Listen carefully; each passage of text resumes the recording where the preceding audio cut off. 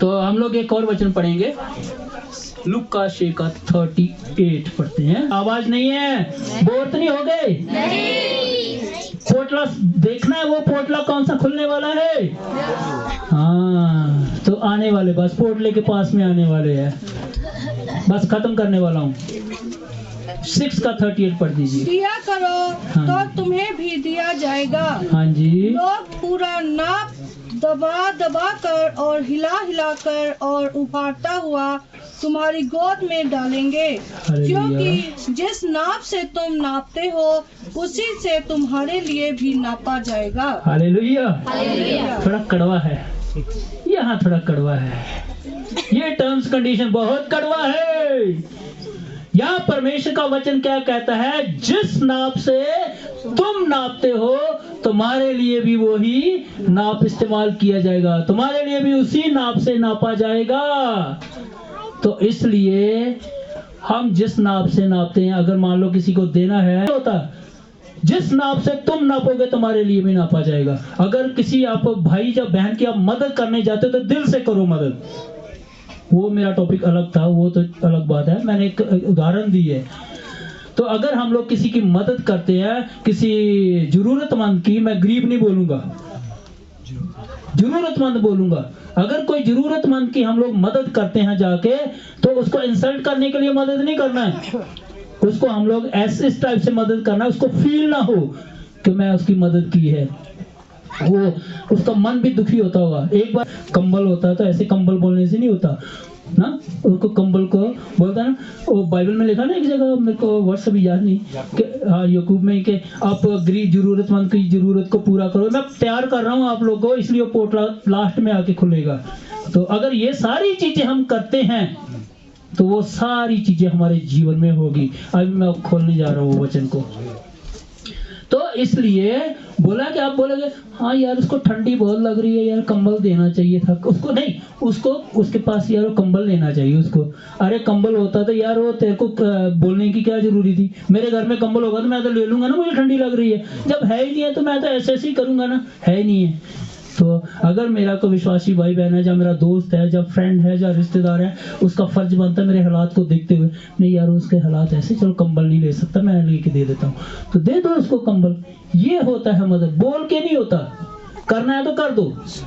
तो इसलिए हमारा फर्ज बनता है, बाइबल कहती है कि हमें सिर्फ अपनी ही हित के लिए नहीं जीना चाहिए, हमें दूसरों के हित की भी सोचना चाहिए। दूसरे का हित क्या कहता है ना? अगर मेरा हित मेरा थोड़ा दूसरे टाइप का, तो दूसरे का हित तो उसको चाहिए, लेकिन हम लोग तो ऐसा नहीं है। दूसरे के हित को भी जानना है, दूसरे को भी समझना है, इसलिए समझना जरूरी है। तो ये है तैयारी, हमें ये सारी चीजें करनी है, हमें परमेश्वर के वचनों में चलना है। हमें मसीह जीवन कैसा होता है सभी जानते हैं, मुझे आपको बताना जरूरी नहीं है। प्रार्थना करनी है, चर्च आना है, मसीह के लोगों की रिस्पेक्ट करनी है। जो मसीह के लोग जो है, पास्टर, एल्डर्स, जो भी हमारे अगुए हैं, वो हमें कोई इजाज़त देते हैं, कोई वचन से समझाते हैं तो वो मानिए। अगर वो अपने मन की कुछ ठोकता है तो वो भी हमें माननी नहीं है। अगर मन भी ठोकता है, अगर अच्छी है तो मान लेने में भी कोई हर्ज भी नहीं है। ठीक है। मैंने लास्ट संडे की बात है ना, एक वचन दिया था पास्टर जी, मैं बोला था सभी वो वचन को घर में पढ़िएगा। पढ़ा नहीं? पढ़ा किसी ने? अपने अगुआ की आज्ञा मानो। रुकिए, यहाँ क्या बोला? अपने अगुओं की बात मानिए। ये नहीं है कि वो अगुआ जो है अपने मन चढ़ा ही बातें बोल दे आपको। जैसे मान लीजिए आज मैं खड़ा हूँ, मैं बोल दूँ कि कल से जो चर्च है 12 बजे की जगह में रात शाम को 2 बजे शुरू होगा। ये भी नहीं बात माननी भैया, 12 बजे है तो 12 बजे ही आएंगे ना हम लोग। मन चढ़ा ही बातें नहीं माननी। जो बाइबल से जो परमेश्वर के दास सिखाते हैं उनको मानना है। प्लीज आगे पढ़िए। तो और उनके अधीन रहो। और उनके अधीन रहो।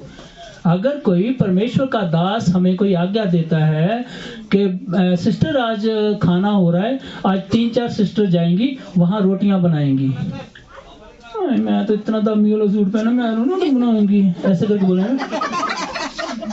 ये पास्टर भी कैसा है, मेरे को ही बोलना था इसने। आते हैं ना ऐसे, आते हैं, मुझे पता है ये सारे सवाल आते हैं। इसने मैं इसको मिली थी, सामने में वो आशा बहन भी थी, उसको नहीं बोल सकती थी? हाँ, उसको तो बोल सकती थी।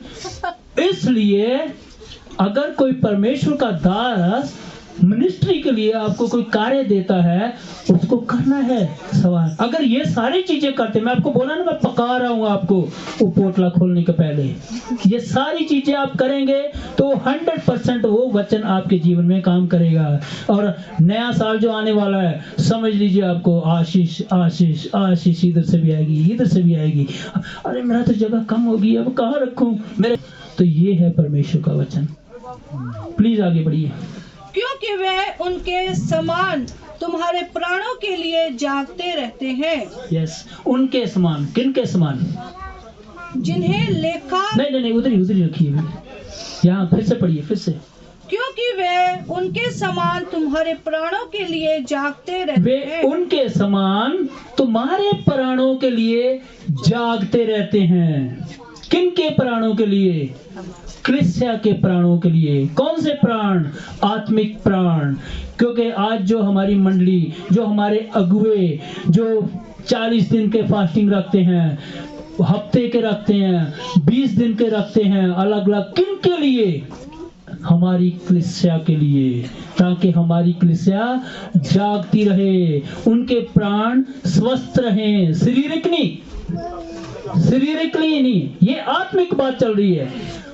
ताकि उनका आत्मा अच्छा हो, उनका आत्मा गाली देने वाला ना हो, उनका आत्मा दारू पीने वाले ना हो, उनका आत्मा वो डांस करने वाला ना हो जो संसारिक गानों में बोला। ऐसे लोगों के लिए वो जो जागते रहते हैं। कौन लोग? अगुए। तो इसलिए अगुओं की बात भी माना करो। ये मेरा वचन नहीं था, लेकिन परमेश्वर का आत्मा ने ये वचन दिया। जब बोला कि टर्म्स कंडीशन पूरे ही आ रहे हैं, तो ये टर्म्स कंडीशन तो और भी खास है, इनको भी जोड़ दे। प्लीज आगे बढ़िए। जिन्हें लेखा देना पड़ेगा। जिन्हें लेखा देना पड़ेगा। कलीसिया का लेखा किन्हें देना पड़ेगा? अगुओं को।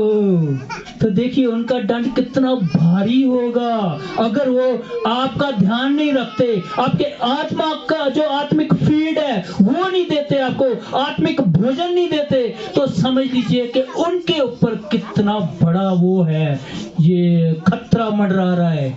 उनकी जिम्मेवारी कितनी बड़ी है। तो क्या उनकी बात हमें नहीं माननी चाहिए? बोलिए, माननी चाहिए। अभी भी नहीं? बोलिए, माननी चाहिए। हाँ, किन की बात माननी चाहिए? हाँ, लेकिन आप लोग मानते हैं? मुझे नहीं लगता। मैं तो देखा अगुओं के साथ गुस्सा हो जाती है मंडली। इनको मैं ही मिला था, जब मैं ही मिली थी। बोलते हैं ना, आज से क्या करना है? आज से प्रॉमिस करेंगे, अगुओं की बात मानेंगे। बोलिए, अभी बोलिए। वे ये काम आनंद से करें, ना कि ठंडी सांस ले। वे ये काम आनंद से करें, ना कि ठंडी सांस ले। यार ये पास्टर भी बड़ी हद है यार। इसने मेरे को ही बोला है कि रोटियां बनाएंगी सिस्टर। सामने देवी आंटी थी, पिंकी आंटी थी, ये आशा आंटी थी, इनको क्यों नहीं बोला? मेरे को ही बोला ना। तो ये क्या, ये ठंडी सांस नहीं हुई? ठंडी सांस ही हुई ना, मतलब दिल से तो कुछ किया ही नहीं है, मजबूरी से किया। तो क्या फायदा ऐसे करने का? बात क्या करनी चाहिए? माननी चाहिए, और बिना कुड़कुड़ाए माननी चाहिए। बहन आगे पढ़िए तो प्लीज। क्योंकि इस दशा में तुम्हें कुछ लाभ नहीं। इस दशा से कुछ लाभ नहीं है। अभी जो पोटला खुलने जा रहा है वो आपके लिए नहीं है। हालेलुया। अब देख लिया ना, असली बात तो आई गई लास्ट में। ये प्रभु की महिमा हो, प्रभु ने मुझे ये वचन दे दिया, फिर से बोल दिया, नहीं तो मैं ये वचन भूल गया था। कल मेरे को ये वचन, मुझे अभी दोबारा नहीं बोलना, इसके लिए दोबारा बोलूंगा कुछ और नया निकलेगा। तो आप समझ गए हो, मैं अब शुरू में बोला था कि बहुत समझदार लोग हैं आजकल के, आजकल डिजिटल दुनिया है, सारे ही समझते हैं। यूट्यूब खोलेंगे कि भैया ये ब्रदर ने आज कुछ गलत नहीं बोल दिया, अगर मैंने किसी को गलत भी बोला होगा तो मुझे क्षमा करना। तो जो ना उसका 1 का 2 पढ़ दे, 1 की अपना 1 की 2।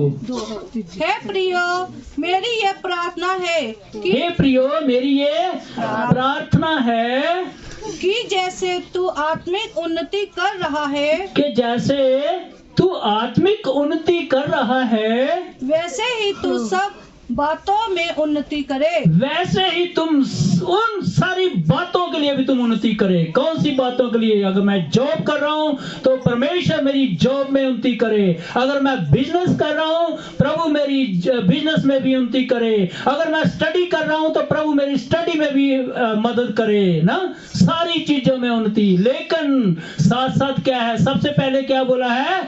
आत्मिक उन्नति।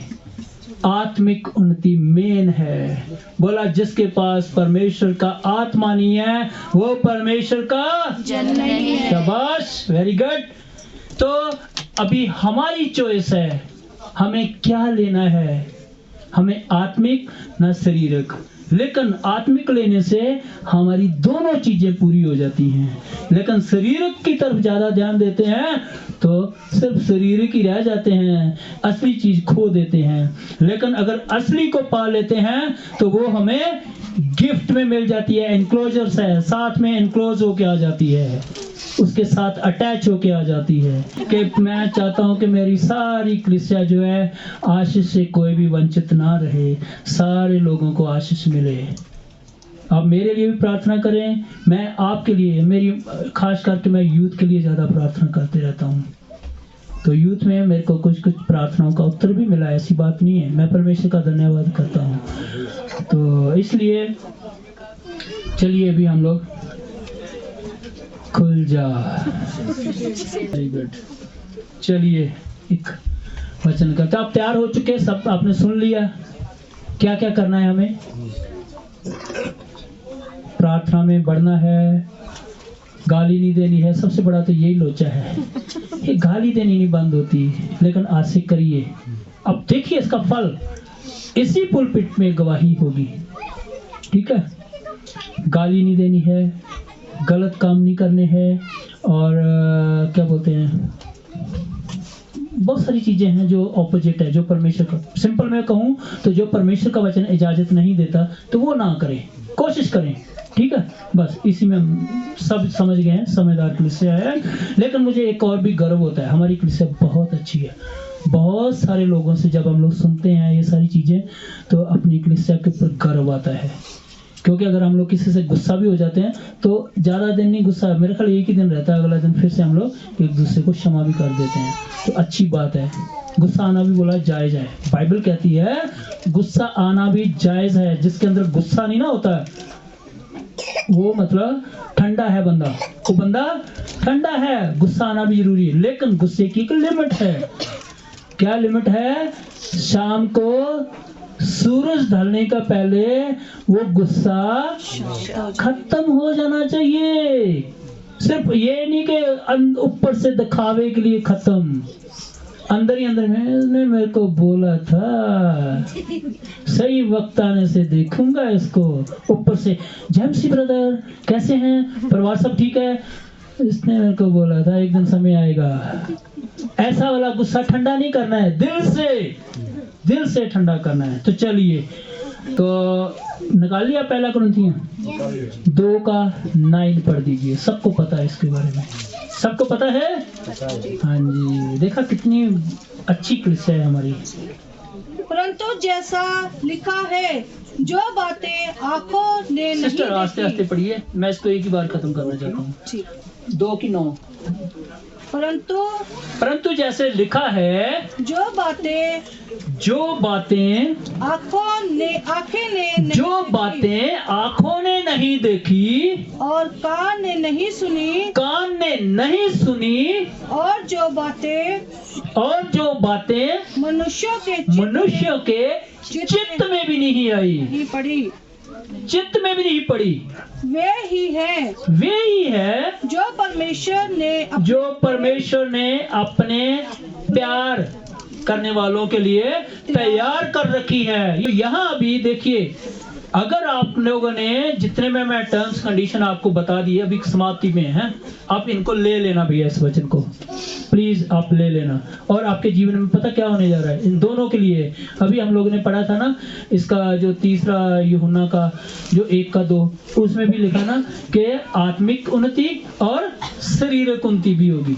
ठीक है, तो यहाँ ये वचन है, ये आत्मिक के लिए भी है, शारीरिक के लिए भी है। तो यहाँ अभी देखिए, यहाँ जैसे लिखा है, जो किसी आंख ने नहीं देखा होगा, मेरे जीवन में भी ऐसा ही था। मैंने कभी देखा ही नहीं है कि मेरे जीवन में ऐसा भी हो सकता है, तो मेरे जीवन में वो सब भी हुआ। अभी मान लीजिए, अभी मैं हॉस्पिटल में एडमिट हुआ था, 2-3 महीने की पहले की बात है। तो मैंने क्या प्रार्थना कर ली थी कि मैंने आज मर जाना है, मेरा आज जीवन जो है आखिरी जीवन है, जैसे डॉक्टर ने मुझे बोल दिया था। तो मैंने क्या किया, मेरा प्रभु अगर तेरी मर्जी है तो कोई बात नहीं, शारीरिक जीवन है तो सभी ने इससे एक बार मरना है, लेकिन आगे के लिए क्या है। तो मैं बोला, प्रभु मरने के बाद तो कोई भी माफी नहीं है। तो प्रभु मैं आपसे मैंने ये नहीं सोचा कि मेरी पत्नी का क्या होगा, मेरे बच्चों का क्या होगा। मैंने एक ही प्रार्थना की, प्रभु अगर आपकी योजना है, अगर मेरा जीवन आज ही है तो प्रभु मेरे को क्षमा कर देना। अगर मेरे से कोई भूल चूक से भी कोई पाप हुआ है, मैंने किसी को कोई भला बुरा कह दिया है, तो मुझे सिर्फ क्षमा कर देना, क्योंकि मरने के बाद ये माफी नहीं मांग सकता मैं। तो मैंने देखा आज हमारे जीवन में देखिए तो बहुत सारा कुछ ऐसा है जो हमने कभी सोचा भी नहीं था। आप ये बोलेंगे, मैं आपकी उत्साह के लिए बोलना चाहता हूँ। मैंने स्कूटर के लिए हम लोगों ने प्लान किया, परमेश्वर ने हमें आत्मा से बोला कि आपको स्कूटर मिलेंगे। तो क्या, लेकिन मेरा परमेश्वर महान है, उसने स्कूटर भी लेके दिया और हमारी चॉइस का लेके दिया। मेरे को टीवी में ऐड आती थी स्कूटर की, तो मैं कहता, प्रभु ये तेरा बच्चा थोड़ा नटखट है। मैं बताया ना, धर्मा भैया, प्रकाश भैया, जगदीप भैया मेरे से बड़े थे, तो मैं ही था इनमें जो इतना मेच्योरिटी नहीं थी, बचपन था। तो मैं जब प्रार्थना, मैंने आप सबको उस दिन भी बताया था, शायद पता नहीं किसी को बता, जिसको नहीं भी सुना तो सुनिए। मसीह में सीरियस हो जाइए। मसीह में अगर आप सीरियस होते हैं तो आपको सारी चीजें पूरी होगी। जैसे मैंने शुरू से आपको वचन पूरे बता दिए। उस टाइम प्रार्थना 1 वीक का हम लोगों ने फास्टिंग प्रेयर किया। तो फास्टिंग प्रेयर में क्या हुआ, फास्टिंग प्रेयर में ऐसा हुआ तो 5 दिन मैं ऐसे ही जब प्रार्थना की ब्रेक करते थे तो बोलता है, यार मेरे को तो ऐसे लग रहा था कि मेरे को परमेश्वर के साथ में मैं बादलों में उड़ रहा हूँ। है ना यार, मैं तो यही रहता हूँ, मैं क्यों नहीं उड़ता। मेरे अंदर में ये था, नटखट था थोड़ा, ऐसे ही कोई शरारत मजाक ये सब करना। तो लेकिन प्रभु के लिए मैं सीरियस नहीं था। तो जब प्रार्थनाएं खत्म करनी है, अगला दिन चर्च में आके गवाहियां देनी है कि मैंने क्या आशीष पाई, मैंने क्या पाई। तो मैं उस दिन सीरियस हुआ ना, प्रभु ये लोग तो कल जाके आशीष बांटेंगे कि मेरे को ये वरदान मिला, वो वरदान मिला, मैं क्या बोलूंगा। मैं बेवकूफ की तरह यहाँ आया हूँ प्रभु, मैं इतने दिन ऐसे पागलों की तरह इनके साथ मैं भूखा बैठा हूँ, क्या मतलब हुआ।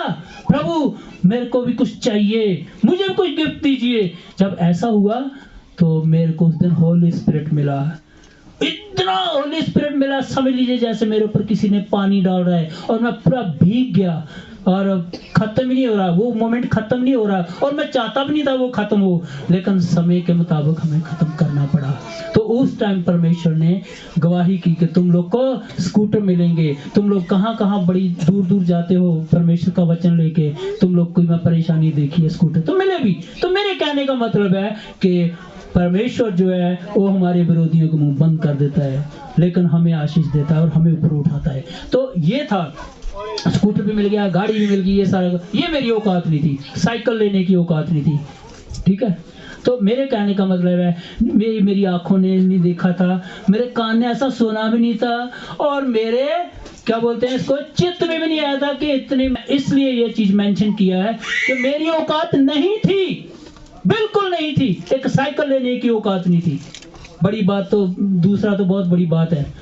तो इसलिए वो सारी चीजें मेरे जीवन में पूरी हुई है। तो मैं चाहता हूँ, और आत्मिक में भी और शारीरिक में भी परमेश्वर आप सबके लिए ये वचन जो है काम करेगा।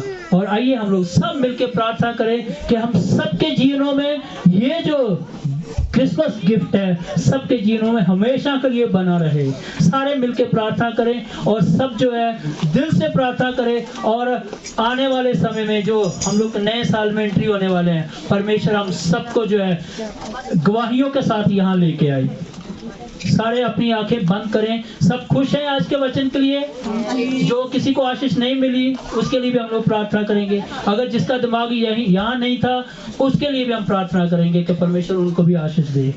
हालेलुया। सब जोर से प्रार्थना करें, अपने आप को परमेश्वर के हवाले करें, अपने आप को परमेश्वर के साथ पूरा जोड़ने की कोशिश करें, अपने आप को सारे ही परमेश्वर की ओर लिए और अपने मन के विचारों को साइड में कर दीजिए और परमेश्वर की ओर आइए। Hallelujah, hallelujah.